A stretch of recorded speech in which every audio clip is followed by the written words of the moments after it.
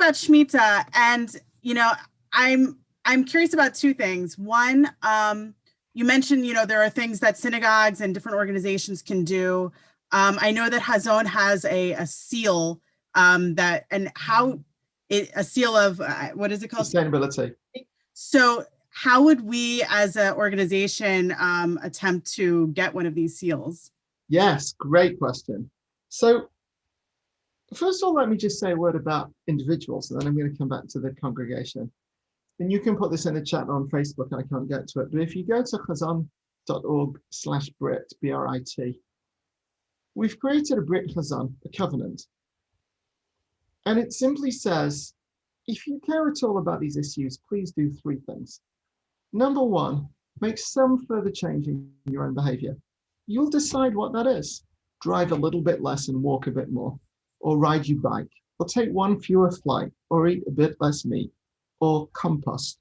You'll figure out what it is. There are lots of people who can help you.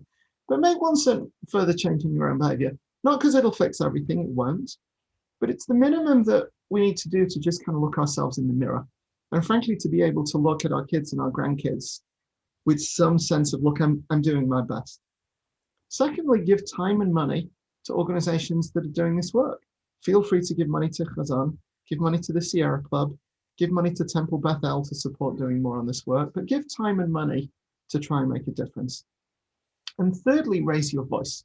Now, raise your voice to amplify your impact. It can be true also in public space, in terms of politics and policy, but also within an institution. And that's where we come to the Hazon seal. Some people may have heard of a LEED certification for a building. A LEED certification is a certain standard of green buildings.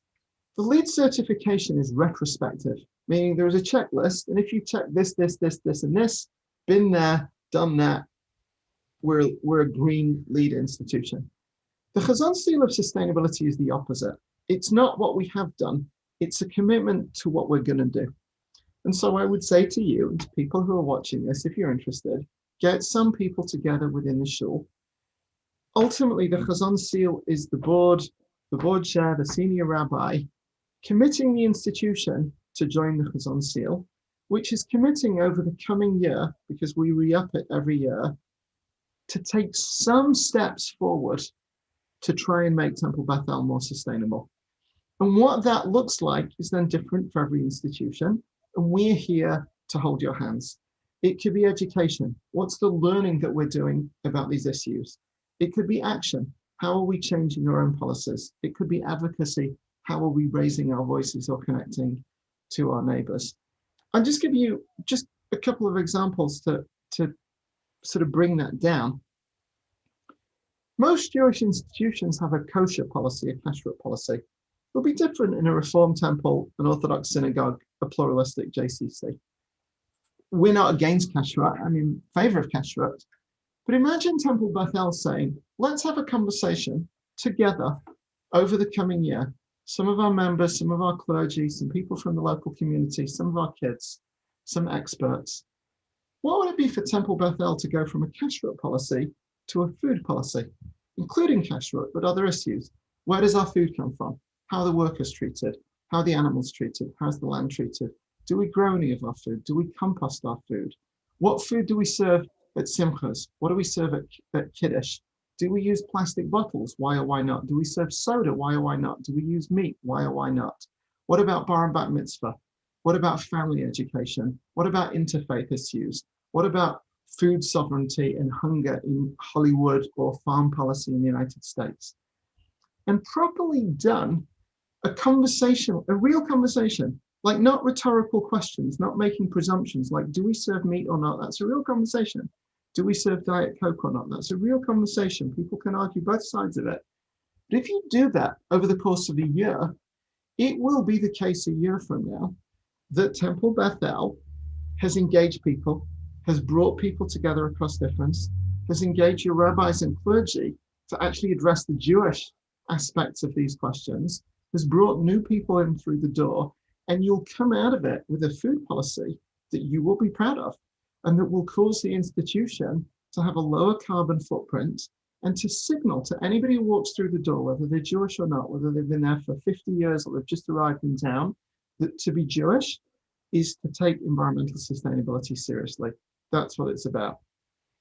I love that. That actually makes me think about this conversation I would always have with my grandmother, my step grandmother that I grew up with, and her father was a kosher butcher in Knoxville, Tennessee.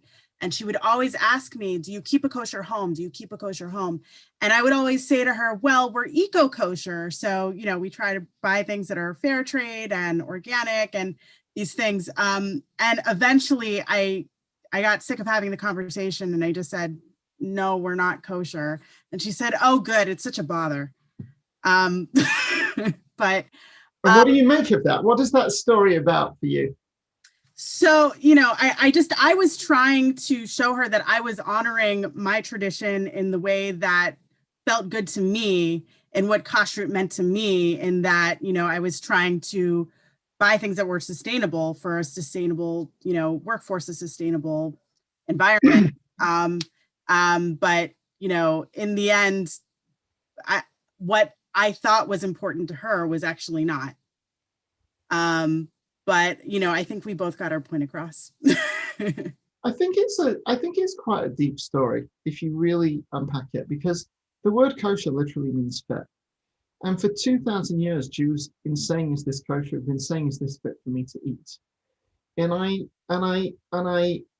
think it's your unknown step great grandfather, who was the butcher, spent his life caring about lots of rules that were inherited, that were very ancient in the tradition, that caused the act of eating as a Jew to be somewhat different from eating as a non-Jew. And you at some level have internalized that, and you're a different person living in a different time, playing it out in a slightly different way. And I simply think that the process of going into that conversation with intellectual integrity and saying, what is kashrut about? What are the rules about? What does it actually say? What does it mean to keep kosher in the 21st century? What does it mean to bring in different people who have different practices? Those questions are good questions for us now. And last thing I'll say, 50 years ago, Jews were almost the only people who would say, can I eat this? Can I eat that? And now, of course, like everybody is like either gluten-free or this kind of diet or that and stuff. And on the one hand, it's crazy making, but in a different way, without going too far, it's good that the world is starting to ask what I think of as like an ancient Jewish question, because how we eat every single time we eat has a knock-on impact on all sorts of people and creatures and the world in unseen ways. And the more that we start to think about that, the better it is. I want to recommend, if you want to do a reading, a book club, a great book called We Are the Weather by Jonathan Safran Foer. It's really fun. It's not a long book. It's very readable. It's actually a very Jewish book. He's Jewish. And it's about how our food choices impact the weather. I love that. And I will recommend it to our book club and get back to you. So another thing I wanted to touch on, I'm just curious, we did talk about Shemitah, and I'm wondering also personally what your Shemitah looks like. Oh, that's a great question. Holy moly. So, that's really fun. So I've been really interested in this issue for a long time. So we're doing work now in the lead up to this Shemitah year, but we were doing it in the lead up to the last Shemitah year in 14-15. And in the early spring of that year, I was doing whatever I was doing publicly. And I was thinking to myself, Nigel, how are you gonna register the Shemitah year for yourself? Like halakhically, religiously, there's nothing outside of the land of Israel that we have to do. Very randomly, I decided two things. The first thing is I don't have many terrible addictions, but I do like books. It's a very Jewish habit.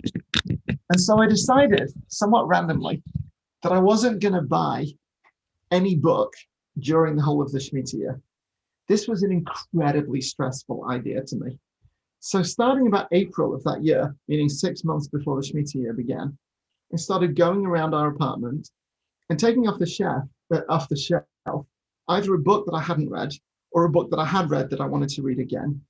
And I would wrap them in newspaper and not mark it, so I didn't know what it was. So when the Shemitah year began, I had this huge stack of books, like 150 books, in the corner of the lounge like wrapped in newspaper. My idea was that if at any point I really wanted to buy a book, I would take one of these off, rip the newspaper off and be like, oh my God, I always wanted to read this book. Well, it was a fascinating experience. And the reason it was a fascinating experience is that in the course of the year A, I didn't buy a single book, which I was shocked by. Since I was a little kid, haven't gone a year without buying a book. And secondly, how many of the books that was wrapped up did you think I opened? I opened 0 of them, because it turned out that even without buying a book and even without opening one of those, I had more than enough things to read in my apartment, including the New York Times and the New Yorker and God knows what else. I didn't need to do it. So that was a totally fascinating lesson, right? Which is a real Shemitah lesson about sufficiency and how much do we have, how much do we need. Second one was even funnier. Second one was I decided I wasn't going to buy any liquor. Now, just to be clear, I wasn't saying I'm not going to buy any wine, I'm not going to buy any beer. I wasn't depriving myself of alcohol.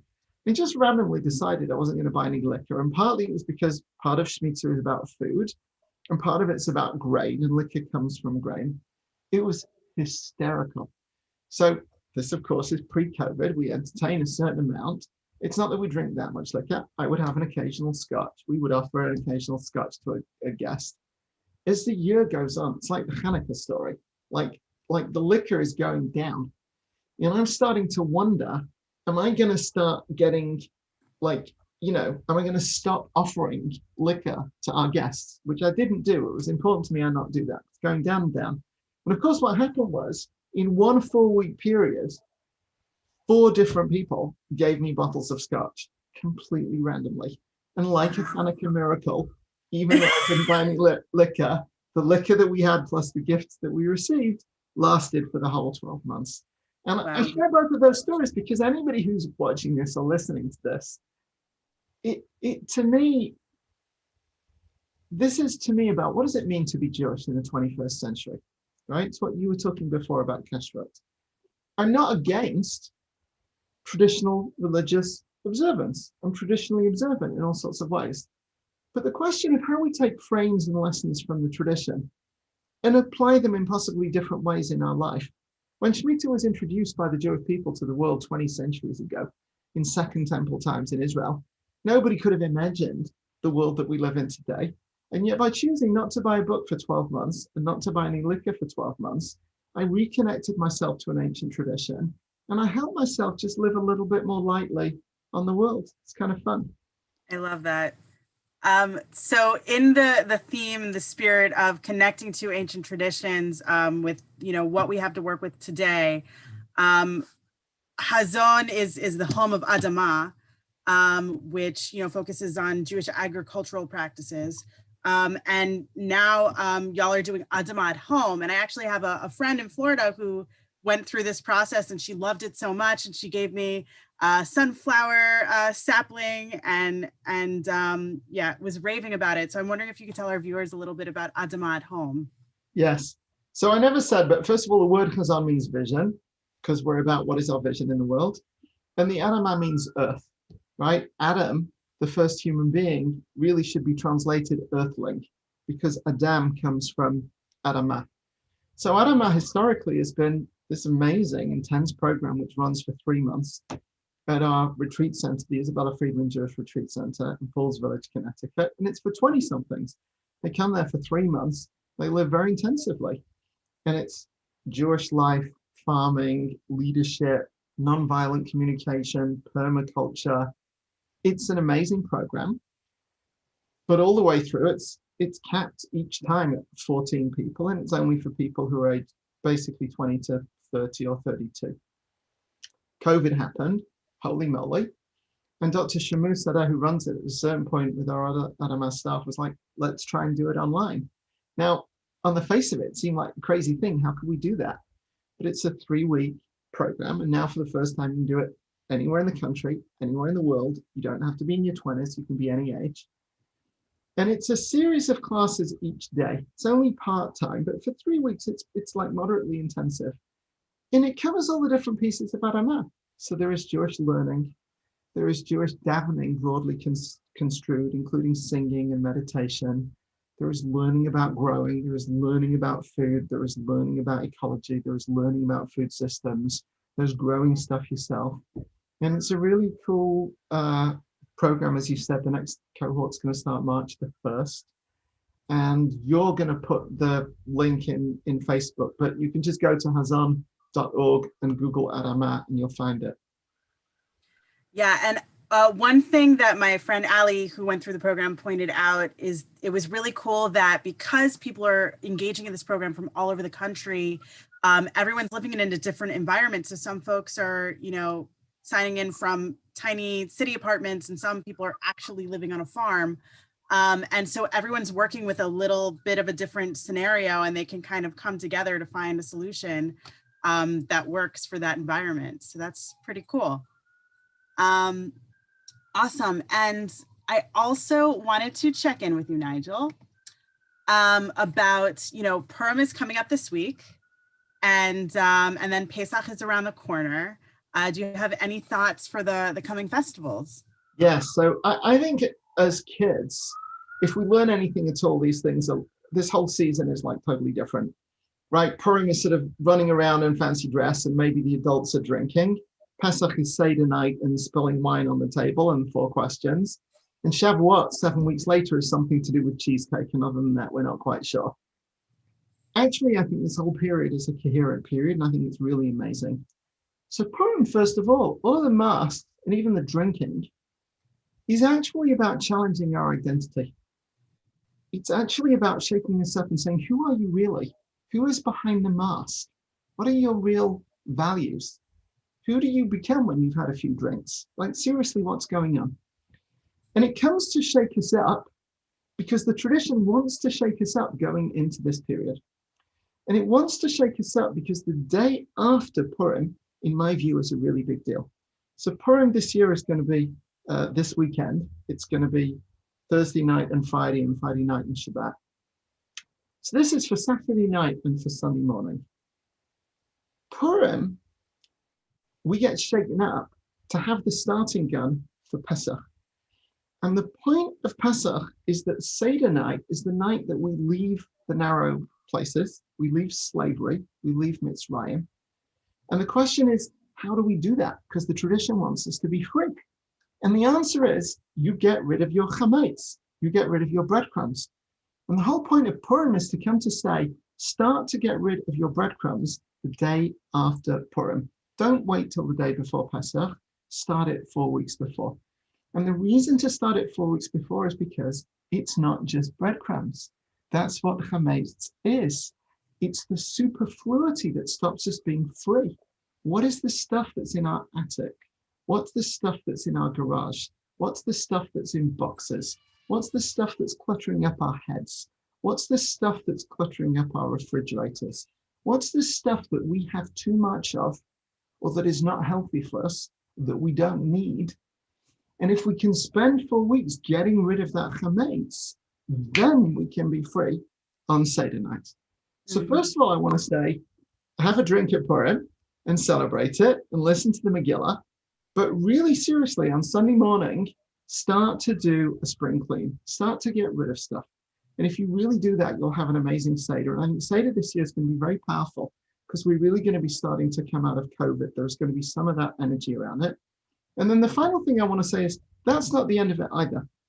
Because Seder night is freedom from want, from oppression, from Pharaoh. That's not the end of it in Jewish tradition, because the second night of the Seder, we start to count the Omer. And we count the Omer for 49 days, 7 times 7. And at the end of it is the 50th day is Shavuot, which is receiving the Torah. And receiving the Torah is not freedom from, it's freedom to. It's freedom to make choices. It's freedom to self-limit ourselves. It's freedom to say, not everything that we can do, should we do. And that's why we have those 7 weeks. We're kind of in the wilderness. There are no rules. We're in the desert. The Torah hasn't been given, right? We're living with radical freedom. And we understand that radical freedom actually also isn't good for us in this most free moment in human history. Like, we don't want to be enslaved, but like radical freedom is also killing us. And so that's how we then go from Pesach to Shavuot. And Shavuot is then a moment as we receive the Torah to say, okay, now what am I how do I get to be free, to be my best self in the remainder of this year? In some way, I feel like this period that we're in right now on a grander scale of, the year that we've been through has been that period of cleaning out the chametz to prepare for the Shemitah year that's coming up. And being able to be more free in that, self-limiting or whatever that looks like. Yeah. Cool. Well, thank you so much, Nigel, for joining us today. I have shared links to Hazon and the Hazon Brit and also Adamah at home for our viewers. And if you're, interested in more Hazon offerings, I know that there's so many things you guys are doing every month, different teachings that people can engage in. And yeah, I'm just so grateful as an individual, as a Jewish member of the tribe, that Hazon exists and that you've created this beautiful place for people to share these ideas and bring them into action. So thank you so much. And I just want to say really a humongous thank you, first of all, personally to you for doing this and for doing it so beautifully and so elegantly, and the whole series. And I want to say, you have no idea that I was going to say this, but I want to say to everybody who's watching, you should know that Rachel is a treasure, and you should be supporting all of your leaders, and you should be supporting her in leading and catalyzing this work, because she's doing amazing work, and you will be and are the better community for it. And I want to say Purim Sameach, a humongous thank you. And yes, go to hazon.org. If you want to join our mailing list, we won't inundate you, but go to hazon.org for more information. Big thank you.